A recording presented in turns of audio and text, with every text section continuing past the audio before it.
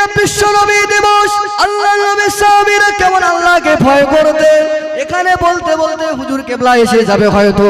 আমি বলতে চাইছি আজ তো আজ বেড়েছে, নামাজি বেড়েছে, শ্রোতা বেড়েছে, সব বাড়ার পরও কেন একজন নামাজি হবে? হওয়া তো দরকার ছিল সবার। যারা 5 ওয়াক্ত নামাজ আছে তারা বাদ দিয়ে যারা পড়ে না তাদের তো হওয়া দরকার ছিল। নবী পাকের সাহাবায়ে কেরামদের ভিতরে কেমন ভয় ছিল। খলিফাতুল মুসলিমিন হযরত আবু বকর, হুজুর আমার যখন আল্লাহর নবী দুনিয়ার জমিন থেকে বিদায় নেওয়ার পরে যখন মুসলমানদের উপরে খলিফা নিযুক্ত হলেন হযরত আবু বকর সিদ্দিক রাদিয়াল্লাহু তাআলা আনহু, হুজুর যখন ইসলামের মাসনাদে বসলেন, এ আমার মা বোনেরা, পর্দানশীনা মায়েরা, আমার বয়োজ্যেষ্ঠ বাবাজিরা, সমবয়স্ক যুবক বন্ধুরা, তাদের ভিতরে কেমন ভয় ছিল।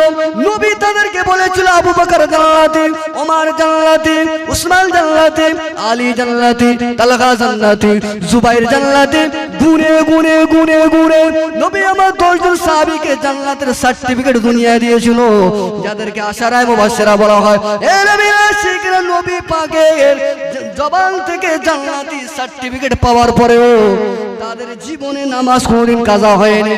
সেই সাহাবী হযরত আবু বকর, হুজুর যখন ইসলামের মাসনাদে বসলেন, এমন সময় উসমান গনি রাদিয়াল্লাহু তাআলা আনহু হযরত আবু বকরের দরবারে চলে আসলেন এবং ওই জামানায় প্রধান বিচারপতি ছিলেন। প্রধান বিচারপতি যিনি ছিলেন, সুপ্রিম কোর্ট হিসাবের প্রধান বিচারপতি ছিলেন হযরত উমর ফারুক রাদিয়াল্লাহু তাআলা আনহু।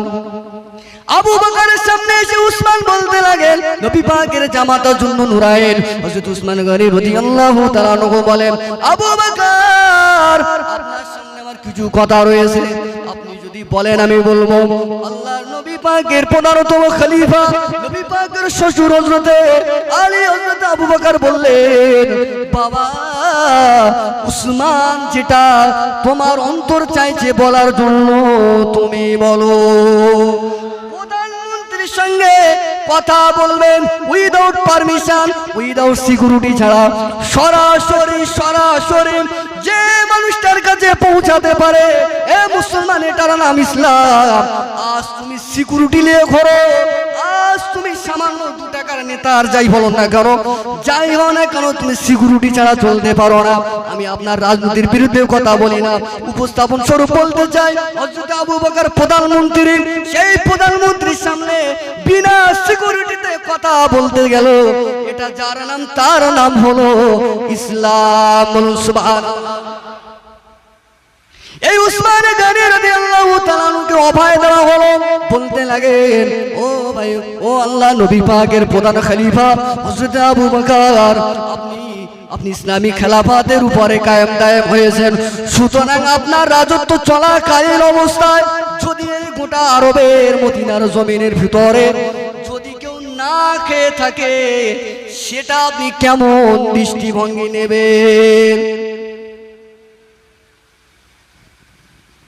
আবু বকর ওই সময় বলেছিলেন, ও ভাই উসমান, আল্লাহ আমাকে ইসলামিক সাম্রাজ্যের খেলাফতের আসনে বসিয়েছেন, জনগণ নির্বাচন করেছে, সুতরাং আজ যদি আমি আবু বকর আমার খেলাফত চলাকালে যদি আজকের এখানে যদি আল্লাহ পাকের কোন চতুষ্পাদ জন্তু যদি না খেয়ে মারা যায়, এর উপর আমি তাকওয়া স্বরূপ এ ভয় করি হয়তো আল্লাহ হাসরের দিনে আমাকে পাকড়াও করবে।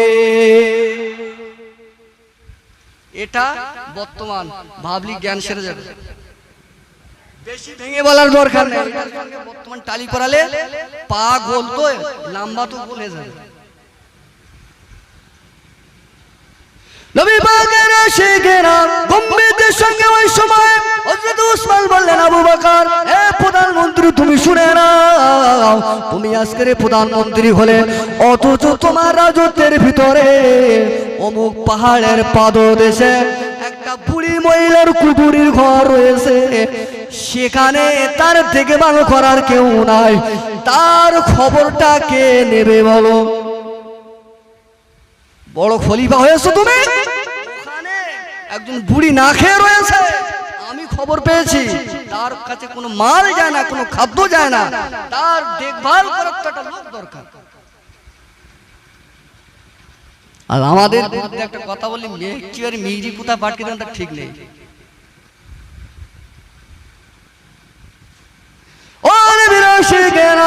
ভুল আমার বুঝবেন না, আপনারা আমার শত্রু নয়, আমি আপনাদের শত্রু নয়। আল্লাহ পাক কোরআনে বললেন, ফালানা সালান্নাল্লাযীনা উরসিলা ইলাইহিম ওয়ালানা সালান্নাল মুরসালিন।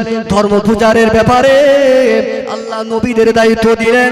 নবীদের বর্তমানে ধর্মের সঠিক কথা প্রচার করার দায়িত্ব আল্লাহ এটা আলেমদের দিয়েছে। সুতরাং শরিয়াত যেটা রয়েছে সেটাই আপনাদের কাছে আমার বলার উদ্দেশ্য। যা শোনার পরে বাল্লিগু আন্নী ওয়ালাউ আয়া, আমি বললাম মানা না মানা আপনার ব্যক্তিগত ব্যাপার। আল্লাহ নবী পাকের সাহাবী হযরত আবু বকর ওই সময় বললেন, ও ভাই উসমান রে, এখনই তো এমন কোন লোক নাই যে ওই বুড়িমার সেবা করার জন্য রাজকোষাগার থেকে লোক পাঠানো হবে, এমন তো কোনো লোক নাই। আর রাজকোষাগারে তো খাদ্যের অভাব নাই, খাদ্য নাই দেওয়া যাবে, কিন্তু ওই বৃদ্ধা মহিলার কি সেবা যত্ন করার জন্য একটা লোকের প্রয়োজন আছে, লোকটা বাকি হবে। এমন সময় ওই মজলিসে প্রধান বিচারপতি হযরত ওমর ফারুক ছিলেন। হযরত ওমর ফারুক দাঁড়িয়ে গেলেন, এই খলিফাতুল মুসলিমিন, আমিরুল মুমিনিন, মুসলিম জাহানের প্রধানতম খলিফা, আপনি যে বললেন লোক পাওয়া যায় না, ওই লোকটা ওই বুড়ির মার সেবা করার জন্য আমি ওমর ফারুক, আমি আপনার কাছ থেকে অনুমতি নিয়ে ওই বুড়ির সেবা করার দায়িত্ব আমি নিলাম। আরো জোরে বলুন সুবহানাল্লাহ, নারে তাকবীর। আর 2 টাকার মালিক হয়ে গেলে 1 লাখ টাকা জমি বিক্রি করে, শ্বশুর বাড়ির জমি বিক্রি করে মাল পেয়েছে, গ্রামে আর কারু নেয় না, গ্রামে আর কারু নেয় না। প্রধান বিচারপতি বলছে ওই বুড়িমার সেবার দায়িত্ব আমি নিলাম। জোরে হবে না সুবহানাল্লাহ? কি জিন্দেগি! কোন মার যার সামনে রাসূল বললেন জান্নাতি, শুধু ইন্তেকালের অপেক্ষা, মারা যাবে জান্নাতে চলে যাবে, সেই উমারে ফারুক আমি দায়িত্ব নিলাম। হযরত আবু বকর ওই সময় বললেন, ও ভাই ওমর, জবানে বললে হবে না, তুমি একটা গুরু দায়িত্ব পালন করো। তুমি সুপ্রিম কোর্টের প্রধান বিচারপতি, এমনি তুমি গরম লোক। হযরত ওমর গরম লোক, তাকে আল্লাহর নবী ফারুক উপাধি দিয়েছিলেন। ফারুক এটাকে বলা হয় যিনি ন্যায় অন্যায় যিনি পৃথক করতে পারেন, তাকে বলা হয় ফারুক। এই লকাব আল্লাহ নবী দিয়েছিলেন হযরত ওমরকে। আবু বকর বললেন, তুমি কখন সুপ্রিম কোর্টে বিচার করবে, আবার কখন ওই বুড়িমার সেবা করবে? জবানে বললে হবে না, তুমি নিজের থেকে কিন্তু দায়িত্ব নিচ্ছ। জেনে নাও, তুমি যদি তোমার দায়িত্ব যদি পালনে অক্ষমতা প্রকাশ করো, জেনে রাখবে কাল হাসরের দিনে আমি আবু বকর তোমার বিরুদ্ধে আল্লাহর দরবারে নালিশ দেব। এটার নাম ইসলাম। পাপ বাপের ছাড়ে না, যার নাম তার নাম ইসলাম। নবীর আশিকেরা এবারে কথা ফাইনাল হয়ে গেল। হযরত উমারে বলল, উমারে ফারুক বললেন, খলিফাতুল মুসলিমিন রে, আমি আমার অফিসের ফাঁক টাইমে সকালবেলা ফজরে নামাজ আদা করে ওই বুড়িমার বাড়ি যাব, বুড়িমার সেবা যত্ন করে তবে আমি সুপ্রিম কোর্টে বিচারের জন্য যাব। তাদের জীবনে নামাজ কাজা ছিল না, রোজা হজ যাকাত কোনটাই কোন আমলের ত্রুটি ছিল না। মুসলমান তারপরে বুকে হাত দিয়ে ভাবুন কি জিন্দেগি তারা গঠন করেছে। হযরত ওমর ফারুক এবারে প্রথম দিনে তিনি ফজরের নামাজ আদা করে ওই বুড়ি মহিলার বাড়ি চলে গেলেন। বুড়ি মহিলার বাড়ি যখন চলে গেলেন, এমন সময় বুড়ি মহিলা চোখে অন্ধ ছিল। বুড়ি মহিলা বলতে লাগলেন, কে গো বাবা যুবক?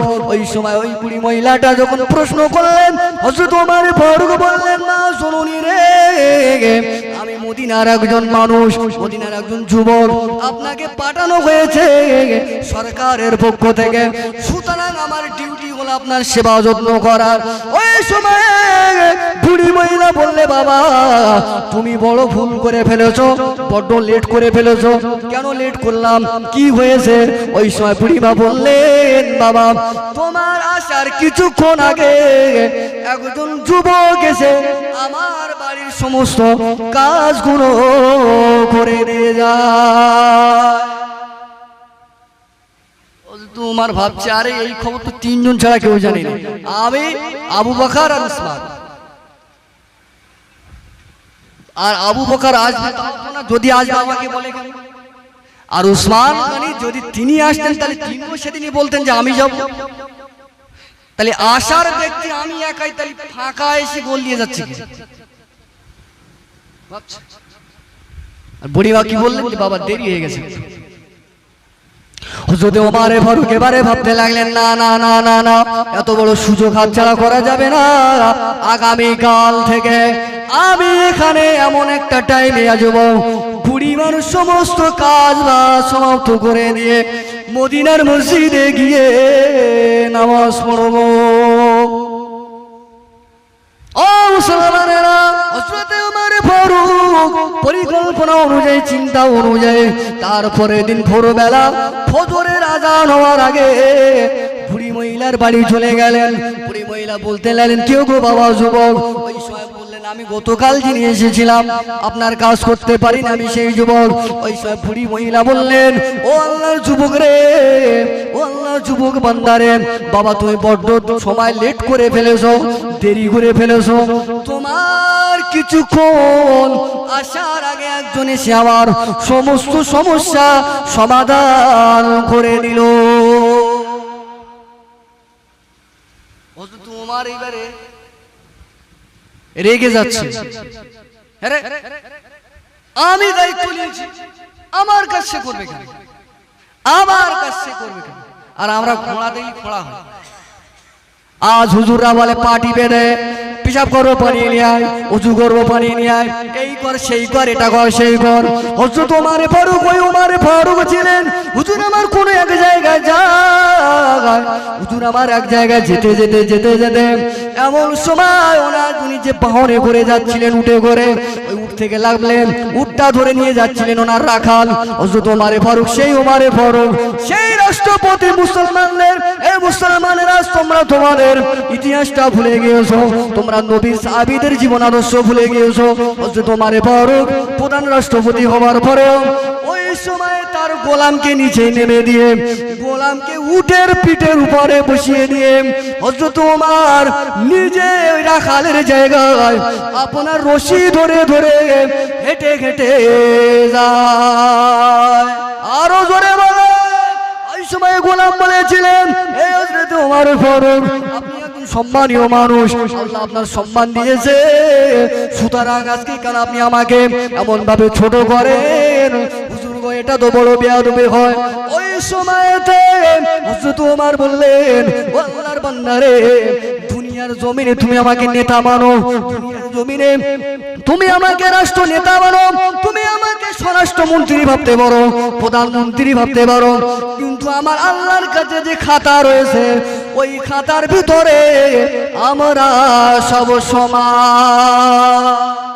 এর নাম ইসলাম। এই ওমর ফারুক রেগে গেলেন। এবারে ভাবলেন না, কালকের আর হবে না, এবারে কালকের আমি আগামী কাল থেকে এসে বুড়ির বাড়ির কাজ সমাধা করে আমি গিয়ে বাড়িতে গিয়ে তাহাজ্জুদ পড়ব। দিনের বেলা কোর্ট অফিস সামলায়, বুড়ির সেবার জন্য রাতের বেলা বুড়ির বাড়ি। কি খোদার ভয়, কি নবীর ভয় তাদের ভিতরে ছিল মুসলমানেরা। এক পর্যায়ে সেদিন হযরত ওমর ফারুক এসে দেখতে পেলেন কিনা, ওই ওমর ফারুকের আসার আগে যে ব্যক্তিটা প্রতিদিন এসে কাজ করে যায়, ওই ব্যক্তিটাও এসে সেদিনে বুড়িমার কাজ সমাপ্ত করে দিয়ে বাড়ি যায়। বুড়িমা বলতে লাগেন, বাবা যুবক রে, তুমি আজও আবার লেট করে ফেললে।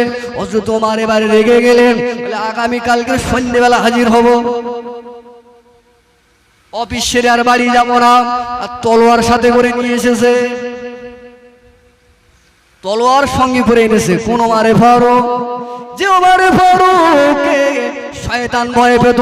আল্লাহ নবী একদিন রাস্তা দিয়ে যায়, আজ আমাদের দিকে শয়তান ভয় পায় না, শয়তান আমাদের পকেটে, আমাদের টুপির সাথে, আমাদের পাঞ্জাবির সঙ্গে, মায়েদের আঁচলের সঙ্গে, আমাদের সঙ্গে গলায় জড়িয়ে জড়িয়ে ঘোরে।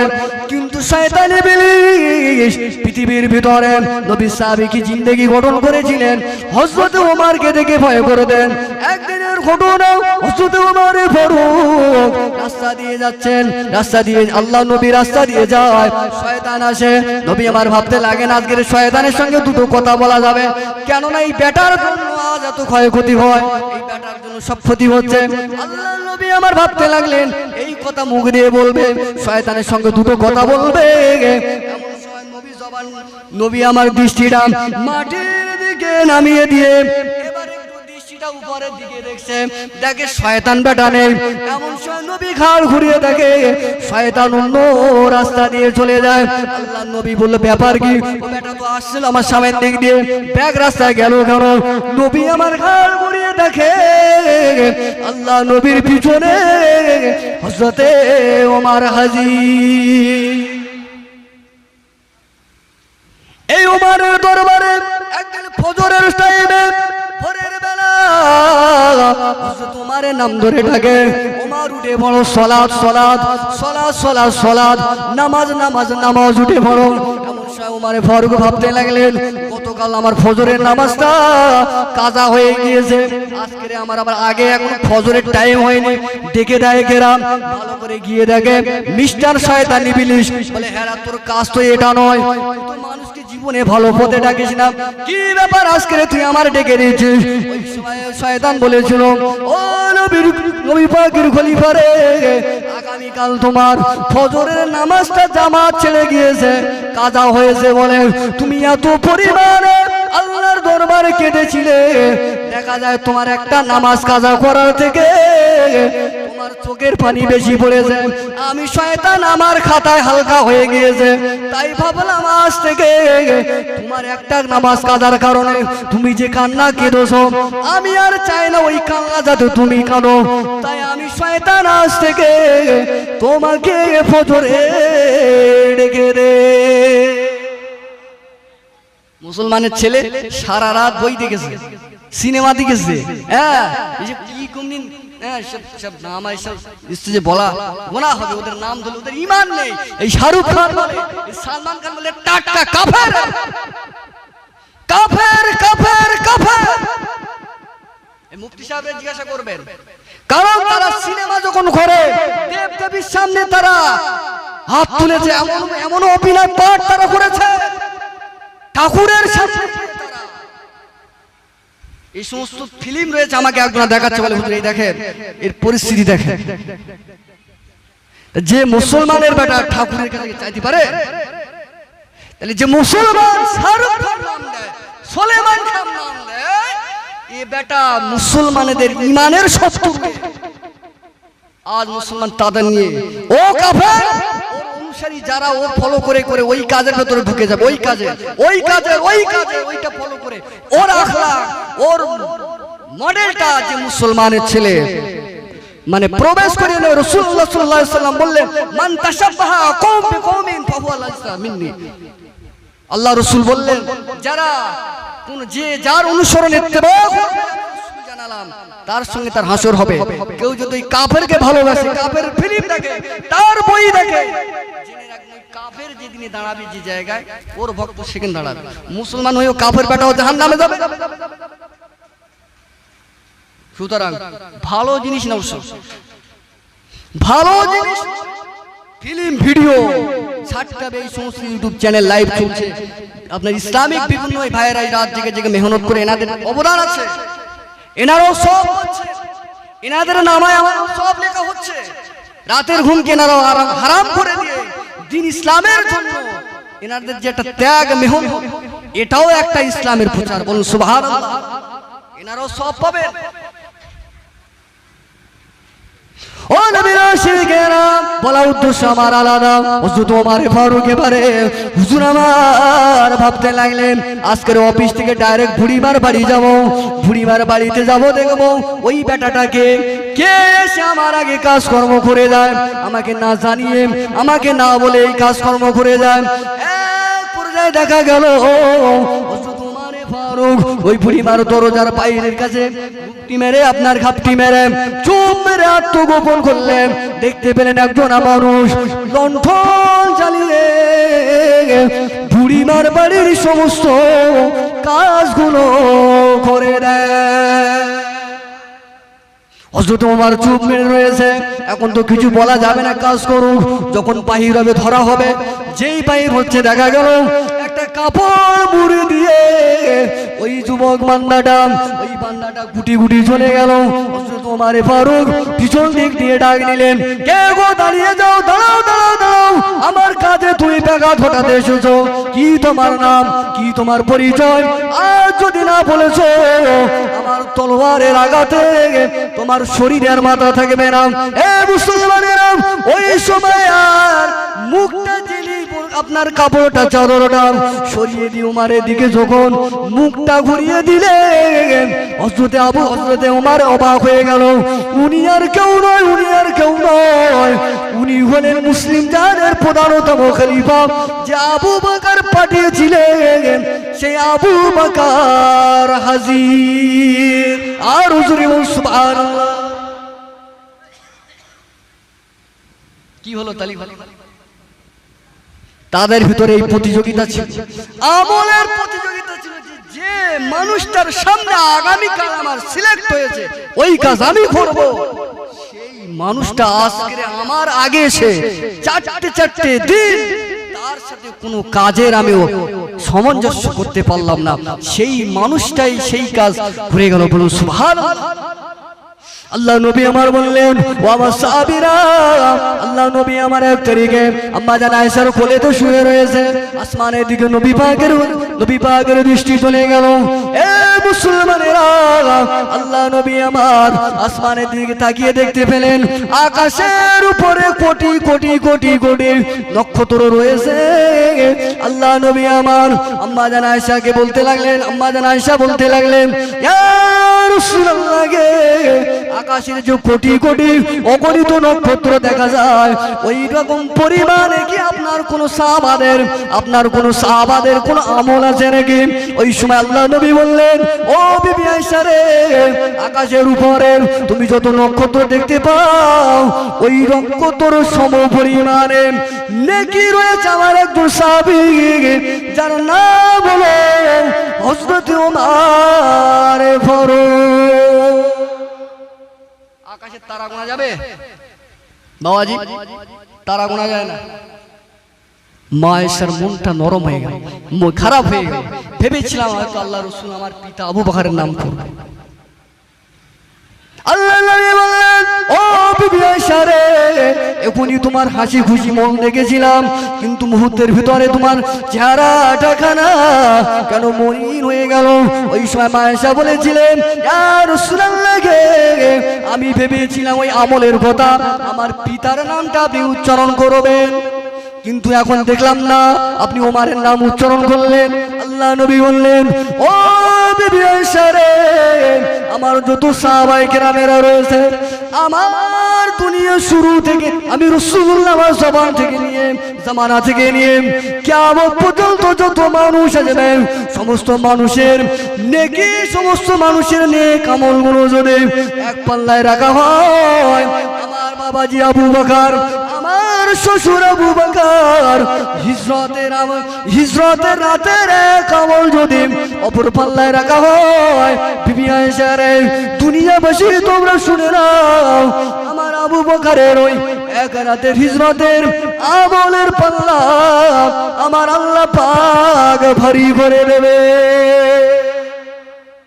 তারপরেও নামাজ ছেড়ে রে, তারপরেও তারা মসজিদে নববী শরীফ তারা ভুলেনি।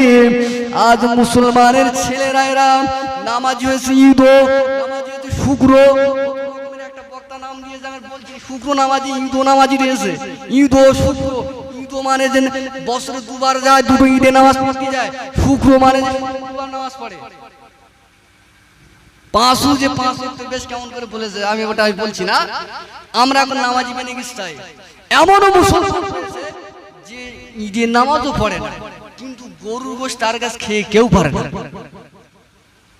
ঈদের নামাজ পড়ে না, নামাজ পড়িনি তো কি হয়েছে, আমার ঈমান ঠিক আছে।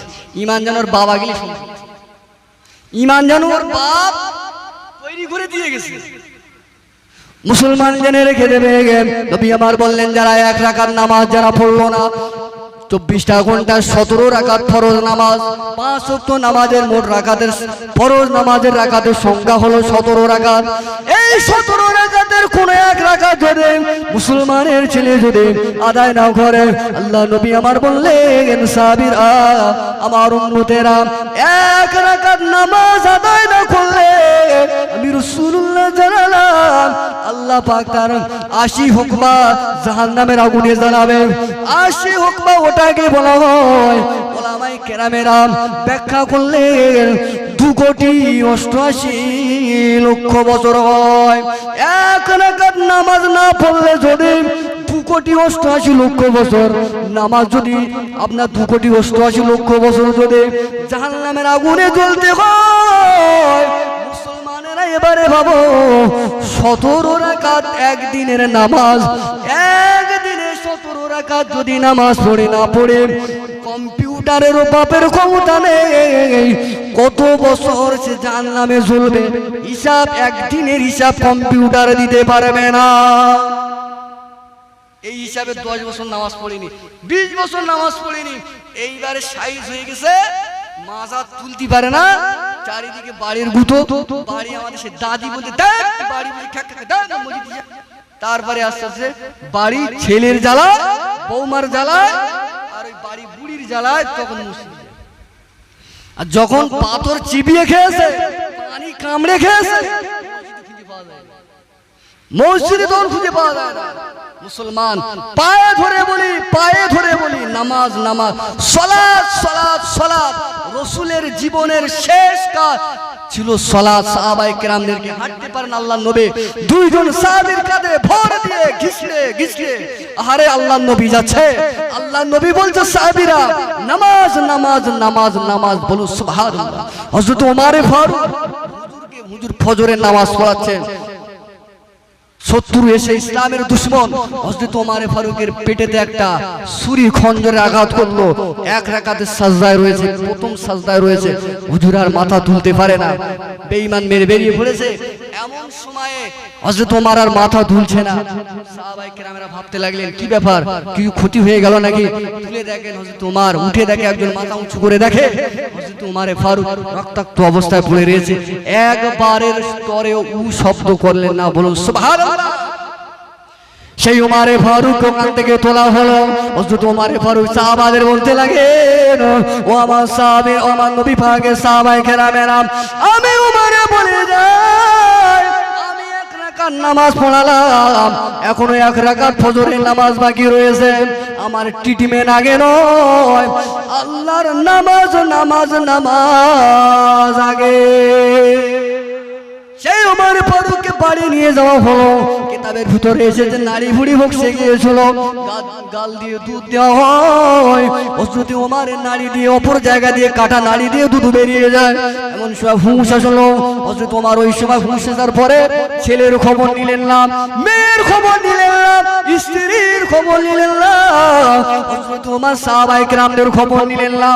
হযরত ওমর ফারুক বললেন, সাহাবীরা আমি ওমর আমার পিছনে যে এক রাকাত পড়েছিলেন, অপর যে এক রাকাত আমি পড়াতে পারিনি, ওই নামাজটা কি আদায় হয়েছে বলো?